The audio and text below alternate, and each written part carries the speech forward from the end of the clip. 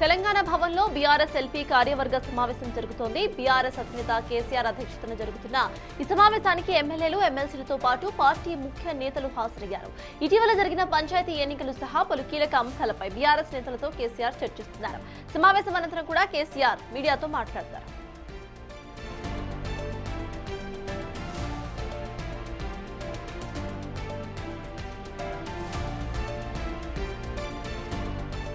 తెలంగాణ భవన్లో BRS LP కార్యవర్గ సమావేశం జరుగుతోంది. బీఆర్ఎస్ అధినేత కేసీఆర్ అధ్యక్షతన జరగబోతున్న ఈ సమావేశానికి ఎమ్మెల్యేలు, ఎమ్మెల్సీలతో పాటు పార్టీ ముఖ్య నేతలు హాజరయ్యారు.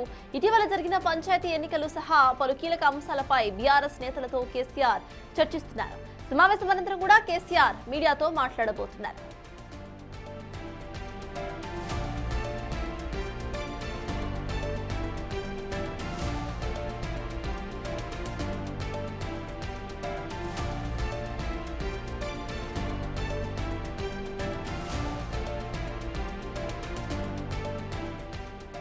తెలంగాణ భవన్లో బీఆర్ఎస్ ఎల్పీ కార్యవర్గ సమావేశం జరుగుతోంది. బీఆర్ఎస్ అధినేత కేసీఆర్ అధ్యక్షతన జరుగుతున్న ఈ సమావేశానికి ఎమ్మెల్యేలు, ఎమ్మెల్సీలతో పాటు పార్టీ ముఖ్య నేతలు సైతం హాజరయ్యారు. ఇటీవల జరిగిన పంచాయతీ ఎన్నికలు సహా పలు కీలక అంశాలపై బీఆర్ఎస్ నేతలతో కేసీఆర్ చర్చిస్తున్నారు. సమావేశం అనంతరం కూడా కేసీఆర్ మీడియాతో మాట్లాడతారు.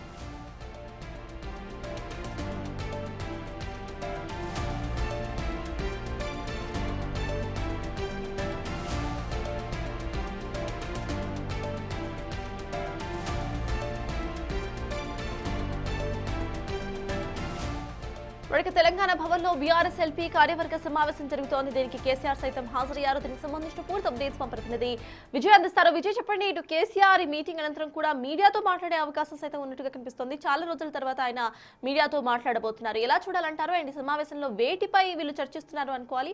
అప్డేట్స్ ఏంటి విజయ్? అయితే ముఖ్యంగా ఈ సమావేశంలో రాష్ట్రానికి సంబంధించినటువంటి వ్యవసాయ శాఖ గురించి కావచ్చు, లేకపోతే ఆ రాష్ట్రానికి రావాల్సినటువంటి నీటి వాటాలు ఏవైతే ఉన్నాయో దానిపైన ముఖ్యంగా సమావేశాల్లో మాట్లాడేటువంటి అవకాశం కూడా కనిపిస్తా ఉంది. అండ్ అలాగే ప్రధానంగా అంటే ఈ సమావేశం మొదలు పెట్టేటప్పుడే కేసీఆర్, మాజీ ముఖ్యమంత్రి కేసీఆర్ మాట్లాడుతూ నన్ను తిట్టడము, అలాగే నా చావును కోరుకోవడమే కాంగ్రెస్ ప్రభుత్వానికి పాలసీగా ఉంది అని కూడా సమావేశం మొదట్లోనే కేసీఆర్ అయితే మాట్లాడడం జరిగింది. అండ్ అలాగే రానున్నటువంటి ఎంపీటీసీ, జెడ్పీటీసీ ఎలక్షన్స్ ఏవైతే ఉన్నాయో ఆ ఎలక్షన్స్ కు సంబంధించి కూడా ఇటు మాట్లాడేటువంటి సందర్భం కూడా కనిపిస్తుంది. ఎందుకంటే సర్పంచ్ ఎలక్షన్స్ అంటే అవన్నీ కూడా పూర్తిగా అంటే గుర్తులకు లేకుండా, అంటే పార్టీ గుర్తులు లేకుండా జరిగేటువంటి ఎలక్షన్స్ కాబట్టి, అయితే ఇప్పుడు ఎంపీటీసీ, జెడ్పీటీసీ ఎలక్షన్స్ అన్ని కూడా పార్టీ గుర్తులతోని జరుగుతాయి కాబట్టి ఆ ఎలక్షన్స్లో ఖచ్చితంగా ఎక్కువ స్థానాలు గెలుచుకునేటువంటి విధంగా ఇప్పుడు కేసీఆర్ అయితే సమాలోచనలు, అలాగే ఇక్కడ ఉన్నటువంటి నాయకులు ఎవరైతే ఉన్నారో రాష్ట్ర నాయకులందరికీ కూడా దిశానిర్దేశం చేసినట్టుగా కూడా తెలుస్తూ ఉంది. అండ్ అలాగే అంటే బీఆర్ఎస్ పార్టీకి ప్రధానంగా చెప్పులో రాయిలాగా తయారైనటువంటి కవిత ఇష్యూ ఏదైతే ఉందో, కవిత ఇష్యూ పైన కూడా కేసీఆర్ మాట్లాడేటువంటి అవకాశం కనిపిస్తూ ఉంది. ఎందుకంటే గతంలో కవిత చేసినటువంటి ఆరోపణలు కావచ్చు, లేకపోతే కవిత మాట్లాడినటువంటి మాటలు కావచ్చు, ఆవిడ చేసిన విమర్శలు కావచ్చు, వీటన్నిటిని కూడా బీఆర్ఎస్ సమర్థవంతంగానే తిప్పికొట్టింది. కానీ ఇప్పుడు వస్తున్నటువంటి ఆరోపణలు అయితే చాలా బలమైనటువంటి ఆరోపణలు అని చెప్పాలి. ఈవెన్ మంత్రి పదవులు కూడా గత బీఆర్ఎస్ పాలనలో అమ్ముకున్నారు అన్నటువంటి ఆరోపణలు కూడా కవిత చేసింది. కాబట్టి మరి వాటిపైన ఏమైనా మాట్లాడతారనేటువంటిది కూడా ఇటు కొంత ఉత్కంఠగా అయితే మారిందనే చెప్పాలి. ఓటమి చవి చూసిన తర్వాత చాలా రోజుల తర్వాత, సుమారు 7-8 నెలల తర్వాత కేసీఆర్ తిరిగి బీఆర్ఎస్ కేంద్ర కార్యాలయానికి అయితే వచ్చారు. సో ఆ మధ్య కాలంలో ఒక మీటింగ్ ఏర్పాటు చేసినప్పటికీ కూడా అది కేవలం అంతర్గత విషయాలు మాత్రమే మాట్లాడుకున్నారు. ఇప్పుడు పూర్తిగా పార్టీకి సంబంధించినటువంటి విషయాలన్నీ కూడా మాట్లాడేటువంటి సందర్భం కూడా కనిపిస్తూ ఉంది. అండ్ అలాగే ఈ సభ్యత్వ నమోదు కార్యక్రమం ఏదైతే ఉందో, అంటే రూట్ లెవెల్ నుంచి కూడా పార్టీని గ్రౌండ్ లెవెల్ నుంచి కూడా బలోపేతం చేసేటువంటి విధంగా కూడా ఇప్పుడు కార్యాచరణని మొదలుపెట్టినట్టు కూడా తెలుస్తూ ఉంది. విజయ్, ఇటు కొన్ని కీలకమైన comments, at the same time Congress పార్టీకి సంబంధించి కూడా ఆయన కొన్ని కమెంట్స్ చేసినట్టుగా అర్థమవుతుంది. అసలు ఎటువంటి కమెంట్స్ ఈ సమావేశంలో ఆయన చేశారో దానికి సంబంధించిన ఇన్ఫర్మేషన్ ఏంటి విజయ్? ఎస్ఆర్ తాజ్, అయితే మీటింగ్ అంటే ఈ సమావేశం ప్రారంభించేటువంటి సమయంలోనే కేసీఆర్ ఒక కీలకమైనటువంటి మాట అయితే మాట్లాడారని చెప్పాలి. అయితే ప్రభుత్వానికి నా ఆరోగ్యం గురించి, అలాగే నా చావు గురించి ఉన్నటువంటి శ్రద్ధ రాష్ట్ర పరిపాలన మీద లేదు అనేటువంటి విధంగా కేసీఆర్ అయితే మాట్లాడుకొచ్చారని చెప్పాలి. సో నా చావు, నా ఆరోగ్యం గురించే పట్టించుకోవడమే ప్రభుత్వానికి ఒక పాలసీగా మారిపోయింది తప్ప ప్రజల గురించి పట్టించుకోవట్లేదంటూ కూడా ఘాటు విమర్శలు అయితే కేసీఆర్ చేశారు. అనంతరం ఆ పార్టీకి సంబంధించినటువంటి కార్యాచరణ గురించి ఇటు నాయకులతోని, రాష్ట్ర ఎమ్మెల్యేలతోని, ఎమ్మెల్సీలతోని, మాజీ మంత్రులతోని కూడా కేసీఆర్ అయితే చర్చిస్తూ ఉన్నారు. సో అనంతరం కొన్ని మీటింగ్స్ని కూడా అంటే భారీ బహిరంగ సభలకు కూడా ప్లాన్ చేసేటువంటి అవకాశం కనిపిస్తూ ఉంది. మొదట చూసుకున్నట్లయితే ఉమ్మడి మహబూబ్ నగర్ జిల్లాలో కూడా ఒక మొదటి బహిరంగ సభను ఏర్పాటు చేయనున్నట్టు కూడా తెలుస్తూ ఉంది.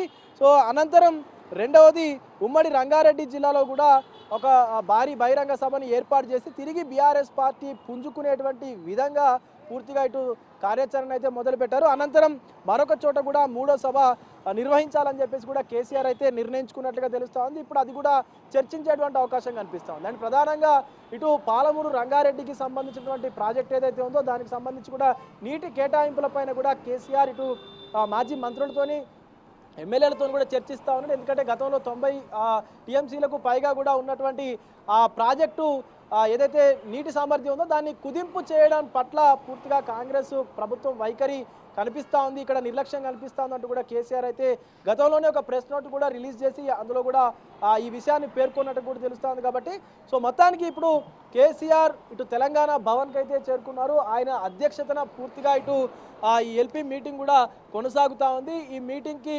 రాష్ట్రంలో ఉన్నటువంటి మాజీ మంత్రులు కావచ్చు, హైదరాబాద్లో ఉన్నటువంటి ఎమ్మెల్యేలు కావచ్చు, ప్రతి ఒక్కరు కూడా ఎమ్మెల్సీస్ కావచ్చు, ప్రతి ఒక్కరు కూడా హాజరయ్యారనే చెప్పాలి. కేసీఆర్ అసలు ఏం మాట్లాడబోతున్నారు అనేటువంటి ఉత్కంఠ కూడా వారిలో అయితే నెలకొందనే చెప్పాలి. ఎందుకంటే గత కొద్ది రోజులుగా కూడా మాజీ ముఖ్యమంత్రి కేసీఆర్ ప్రత్యక్ష రాజకీయాలకైతే చాలా దూరంగా ఉన్నారు. ఆయన ఆరోగ్య పరిస్థితులు కావచ్చు, లేకపోతే తాజా రాజకీయ పరిణామాల వల్ల కావచ్చు. సో ప్రత్యక్ష రాజకీయాలకు దూరంగా ఉన్నటువంటి కేసీఆర్ చాలా రోజుల తర్వాత ఇప్పుడు పార్టీ కార్యాలయానికి వచ్చారు. ఎల్పీ మీటింగ్ను కూడా నిర్వహిస్తూ ఉన్నారు. కాబట్టి ఎలాంటి దిశానిర్దేశం చేస్తారనేటువంటి ఉత్కంఠ వారిలో కూడా నెలకొంది. ఈవెన్ తెలంగాణ ప్రజల్లో కూడా ఉంది. ఎందుకంటే గతంలో 10 ఏళ్ళు అధికారంలో ఉన్నటువంటి కేసీఆర్ ఒక్కసారి అధికారం కోల్పోవడంతో ఫామ్ హౌస్కే పరిమితమైనటువంటి దృశ్యాలు కూడా మనం చూసాము. అనంతరం తిరిగి పార్టీ బలోపేతానికి కార్యాచరణను మొదలు పెడతారా లేదా అనేటువంటి ఒక ఆలోచన అయితే కనిపిస్తుందనే చెప్పాలి. దీనికి సంబంధించి ఏదైతే పార్టీకి సంబంధించినటువంటి కార్యవర్గం ఏదైతే ఉందో పార్టీ కార్యవర్గాన్ని కూడా పూర్తిగా సంసిద్ధం చేస్తున్నట్టుగా తెలుస్తూ ఉంది. ఎందుకంటే రానున్నటువంటి ఎలక్షన్స్, ఎంపీటీసీ జెడ్పీటీసీ ఎలక్షన్స్ కావచ్చు, అనంతరం వచ్చేటువంటి మున్సిపాలిటీ ఎలక్షన్స్ కావచ్చు, వీటన్నిటికీ కూడా సంసిద్ధమై ఉండాలంటూ కూడా పిలుపునిచ్చినట్టు కూడా తెలుస్తూ ఉంది. ముఖ్యంగా ఏదైతే ఇప్పుడు జరుగుతున్నటువంటి తాజా రాజకీయ పరిణామాలు ఏవైతే ఉన్నాయో సో ఇటు అధికార కాంగ్రెస్ పార్టీ పైన మనం బలంగా కొట్లాడేటువంటి విధంగా తయారవ్వాలంటూ కూడా ఇటు నాయకులకు కూడా దిశానిర్దేశం చేసినట్టుగా కూడా మనకైతే కొంత సమాచారం అందుతూ ఉంది. సర్తాజ్ మొత్తానికైతే ఎన్నో రోజులుగా ఎదురు చూస్తున్నటువంటి బీఆర్ఎస్ కార్యకర్తలు కావచ్చు, పార్టీ శ్రేణులు కావచ్చు, కేసీఆర్ నోట మాట వస్తే చాలు, ఒక్క మీటింగ్ అయినా సరే ఆయన మాట్లాడితే బాగుండు అనేటువంటి సో ఏదైతే ఆలోచన ఉందో వాళ్ళ అన్నీ కూడా ఆలోచన కూడా తొందరలోనే నిజమయ్యేటువంటి అవకాశం కనిపిస్తూ ఉంది. ఎందుకంటే ఈ మహబూబ్ నగర్ సభ కావచ్చు, అటు రంగారెడ్డిలో నిర్వహించేటువంటి సభ కావచ్చు, వీటన్నిటిలో కూడా ఖచ్చితంగా కేసీఆర్ తిరిగి ప్రజలను ఉద్దేశించి, రాష్ట్ర ప్రభుత్వాన్ని ఉద్దేశించి కూడా ప్రసంగించబోతా ఉన్నారు. సో మొత్తానికి కేసీఆర్ అయితే ఈరోజు తన పార్టీకి సంబంధించినటువంటి బీఆర్ఎస్ పార్టీ కేంద్ర కార్యాలయంలో ఎల్పీ మీటింగ్ అయితే నిర్వహిస్తూ ఉన్నారు. సర్తాజ్ మరి కొద్దిసేపట్లోనే ఈ ఎల్పీ మీటింగ్ అనంతరం కూడా తిరిగి మీడియాతో కూడా మాట్లాడేటువంటి అవకాశం కనిపిస్తూ ఉంది. సుమారుగా 6 గంటల సమయంలో ఒక ప్రెస్ మీట్ని కూడా నిర్వహించి ప్రభుత్వ వైఖరి పైన ధ్వజమెట్టేటువంటి అవకాశం కూడా కనిపిస్తూ ఉంది. సర్తాజ్ అయితే విజయ్, పంచాయతీ ఎన్నికలకు సంబంధించి కూడా ఇందాక మీరు చెప్పినట్టు ఆయన కొన్ని సలహాలు ఇచ్చినట్టుగా అర్థమవుతోంది. పార్టీ గుర్తుపై గెలుచుంటే బాగుండేది అంటూ. At the same time meeting అనంతరం కూడా మీడియాతో ఏం మాట్లాడే అవకాశం ఉందనుకోవాలి. ప్రత్యక్షంగా ఆయన ఇటు కాంగ్రెస్ పార్టీకి సంబంధించి మీటింగ్లో ఏవైతే మాటలు మాట్లాడారో అవే మీడియాలో సైతం మాట్లాడే అవకాశం ఉందనుకోవచ్చా? దానికి సంబంధించి అక్కడ ఇన్ఫర్మేషన్ ఏంటి విజయ్?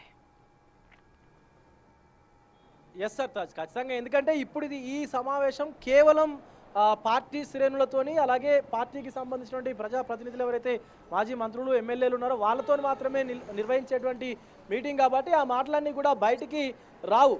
సో ఎప్పుడైతే ఒక సమావేశాన్ని ఏర్పాటు చేసి, మీడియా సమావేశాన్ని ఏర్పాటు చేసి తన లోపల ఉన్నటువంటి మాటను ఎప్పుడైతే చెప్తారో అది ఖచ్చితంగా కూడా బయటికి వెళ్ళేటువంటి అవకాశం కూడా కనిపిస్తూ ఉంది. కాబట్టి ఖచ్చితంగా మీడియా సమావేశాన్ని కూడా ఏర్పాటు చేయాలని చెప్పేసి నిర్ణయించుకున్నట్టుగా కూడా తెలుస్తూ ఉంది. అయితే ముఖ్యంగా ఆ సమావేశంలో కాంగ్రెస్ పార్టీ అవలంబిస్తున్నటువంటి ఏవైతే ఈ తాజా రాజకీయ పరిణామాలు ఉన్నాయో వాటిపైన కూడా చర్చించేటువంటి అవకాశం ఉన్నది. అండ్ మోర్ ఓవర్ రానున్నటువంటి ఎంపీటీసీ జెడ్పీటీసీ ఎలక్షన్సే కాదు, ప్రజలు ఏ విధంగా ఆలోచిస్తూ ఉన్నారు, అధికారం కోల్పోయిన తర్వాత బీఆర్ఎస్ పార్టీ గురించి ప్రజలు ఏమనుకుంటున్నారు అనేటువంటి లైన్ పైన కూడా కేసీఆర్ అయితే ఖచ్చితంగా మాట్లాడనున్నారని చెప్పేసి ఆ పార్టీ శ్రేణులు కూడా చెప్తా ఉన్నారు. ఎందుకంటే గత 10 ఏళ్ళు అధికారంలో ఉన్నప్పుడు జరిగినటువంటి తప్పిదాలు ఏవైతే ఉన్నాయో వాటిని సరిచేసుకొని తిరిగి ప్రజల ముందుకు రావాలి అనేటువంటి ఆలోచన ఉన్నది. కాబట్టి మరి ప్రజలు ఏమనుకుంటున్నారు, మనం ప్రజల్లోకి వెళ్తే వాళ్ళు తిరిగి మనల్ని స్వాగతిస్తారా లేదా అన్నటువంటి ఆలోచన కూడా చేస్తున్నట్టుగా కూడా తెలుస్తూ ఉంది. అండ్ మోర్ ఓవర్ ఇటు ఇన్సైడ్లు అంటే పార్టీకి సంబంధించి గతంలో ఎవరైతే పార్టీ నుంచి బయటికి వెళ్ళిపోయినటువంటి ఎమ్మెల్యేస్ కావచ్చు, ఇతర నాయకులు ఉన్నారో అండ్ వాళ్ళ గురించి కూడా ఆలోచిస్తున్నట్టుగా తెలుస్తోంది. ముఖ్యంగా ఈ పార్టీ ఫిరాయించినటువంటి ఎమ్మెల్యేస్ ఎవరైతే ఉన్నారో కొంతమంది వాళ్ళకి సంబంధించి తీర్పు వచ్చింది, కొంతమంది రాలేదు. కానీ ఎవరైతే పార్టీ ఫిరాయించినటువంటి ఎమ్మెల్యేస్ ఉన్నారో వారిపైన కూడా కేసీఆర్ అయితే ఆలోచన పెట్టినట్టుగా తెలుస్తూ ఉంది. అండ్ మోర్ ఓవర్ రానున్నటువంటి రోజుల్లో పార్టీ బలోపేతానికి చేయాల్సినటువంటి చర్యలన్నీ కూడా ఇప్పుడు తిరిగి నాయకులతో చర్చిస్తూ ఉన్నారు. అండ్ ఏదైతే గ్రామ స్థాయి నుంచి పార్టీకి సంబంధించినటువంటి సభ్యత్వ నమోదు కార్యక్రమం ఏదైతే ఉందో అది కూడా ఖచ్చితంగా చేయాలని చెప్పేసి నాయకులకు అలాగే ఇటు పార్టీ క్యాడర్ కూడా దిశానిర్దేశం చేసినట్టుగా తెలుస్తూ ఉంది. ఎంత ఎక్కువ సభ్యత్వ నమోదు కార్యక్రమం చేస్తే పార్టీ అనేది గ్రామ స్థాయి లెవెల్లో అంత లోతుగా వెళ్తుంది. కాబట్టి ఖచ్చితంగా పూర్తిగా ఈ ఏదైతే సభ్యత్వ నమోదు కార్యక్రమం ఉందో దాన్ని అవలంబించాలని చెప్పేసి కూడా చూస్తూ ఉన్నారు. మొత్తానికి కేసీఆర్ రావడం అనేది అంటే తిరిగి యాక్టివ్ పాలిటిక్స్లో కేసీఆర్ పాల్గొనడం అనేది ఒక మంచి పరిణామం అంటూ కూడా అటు రాజకీయ విశ్లేషకులు కూడా అభిప్రాయపడుతూ ఉన్నారు. ఎందుకంటే ఇదివరకు ఎప్పుడు కూడా ఆయన ఫామ్ హౌస్ నుంచే ప్రెస్ నోట్లు కావచ్చు లేకపోతే వీడియో బయటలు కావచ్చు ఆయన రియాక్షన్స్ అన్నీ వస్తూ ఉండేవి. కానీ ఇప్పుడు నేరుగా తెలంగాణకు సంబంధించినటువంటి రాజకీయానికి సంబంధించినటువంటి ప్రతి విషయాన్ని కూడా హైదరాబాద్ నుంచి లేదా ఈ పార్టీ కార్యాలయం నుంచి ఇవ్వడం అనేది కొంత ఒక మంచి విషయం అని చెప్పొచ్చు. బీఆర్ఎస్ పార్టీ కంటూ కూడా రాజకీయ వర్గాల్లో కూడా పెద్దగా చర్చ అయితే కొనసాగుతూ ఉంది. సో చూడాలి మరి రానున్నటువంటి రోజుల్లో ఈ బీఆర్ఎస్ పార్టీకి సంబంధించినటువంటి ఈ అంటే అవలంబించేటువంటి ఏవైతే పద్ధతులు ఉన్నాయో అవి ఎంతవరకు బీఆర్ఎస్ని గట్టెక్కిస్తాయో అంటూ కూడా కొంత చర్చలు అయితే జరుగుతూ ఉన్నాయి. మనకి సర్తాజ్. Thank you Vijay. మొత్తానికి తెలంగాణ భవన్లో బీఆర్ఎస్ ఎల్పీ కార్యవర్గ సమావేశం అయితే కొనసాగుతోంది. దీంట్లో కేసీఆర్ సైతం పాల్గొన్నారు. కొన్ని కీలక కమెంట్స్ అని చేసినట్టుగా అర్థమవుతోంది. అనంతరం కూడా సమావేశం తర్వాత ఆయన మీడియాతో మాట్లాడే అవకాశం కనిపిస్తోంది. ఆయన ఏం మాట్లాడతారు అనేదే ఇప్పుడు ఉత్కంఠగా మారింది.